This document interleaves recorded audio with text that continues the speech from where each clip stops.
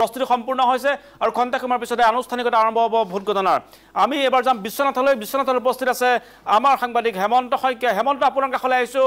আৰু যি প্ৰস্তুতি, এই প্ৰস্তুতি ইতিমধ্যে শেষ হৈছে, প্ৰস্তুতি সম্পূৰ্ণ হৈছে আৰু ভোট গণনালৈ মাজত মাথো আৰু কেইমিনিটমান বাকী আছে। 8 বজালৈকে ভোট গণনা আৰম্ভ হ'ব।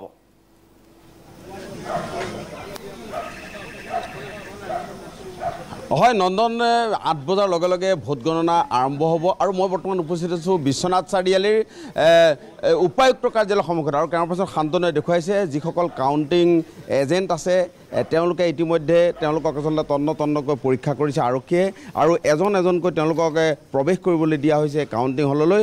আৰু যাৱতীয় যিখিনি ইয়াৰ কাম আছে সেইখিনি কৰাৰ পিছত 8 বজাৰ লগে লগে ইয়াতে ভোট গণনা আৰম্ভ হ'ব আৰু 2,74,866জন ভোটাৰে বিশ্বনাথ আৰু বিহালী বিধানসভা সমষ্টিৰ ইতিমধ্যে ভোটদান সাব্যস্ত কৰি তেওঁলোকে ইভিএমত তেওঁলোকৰ মত তেওঁলোকে আচলতে বন্দী কৰিছে। আৰু যি শোণিতপুৰ যি লোকসভা সমষ্টি, সেই লোকসভা সমষ্টিৰ 5টা বিধানসভা সমষ্টিৰ আচলতে ভোট গণনা হ'ব তেজপুৰত আৰু 2টা বিহালী আৰু বিশ্বনাথ, এই 2টা সমষ্টিৰ ভোট গণনা হ'ব বিশ্বনাথৰ এই উপায়ুক্ত কাৰ্যালয়ত। আৰু বিহপুৰীয়া যি বিধানসভা সমষ্টি আছে, সেই বিহপুৰীয়া বিধানসভা সমষ্টিৰ ভোট গণনা হ'ব লখিমপুৰত।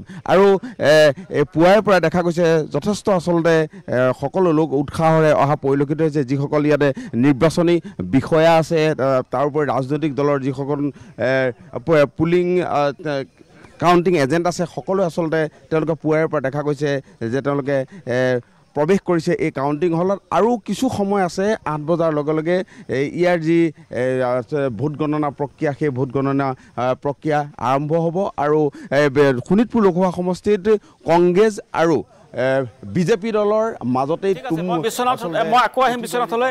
হেমন্ত শইকীয়া ধন্যবাদ জ্ঞাপন কৰিছোঁ। পুনৰ আহিম। এইবাৰ কোকৰাঝাৰ সমষ্টিৰ খবৰ ল'বলৈ মই গৈছোঁ জাইক্লঙৰ ওচৰলৈ। জাইক্লং ব্ৰহ্ম, আপোনাৰ কাষলৈ আহিছোঁ।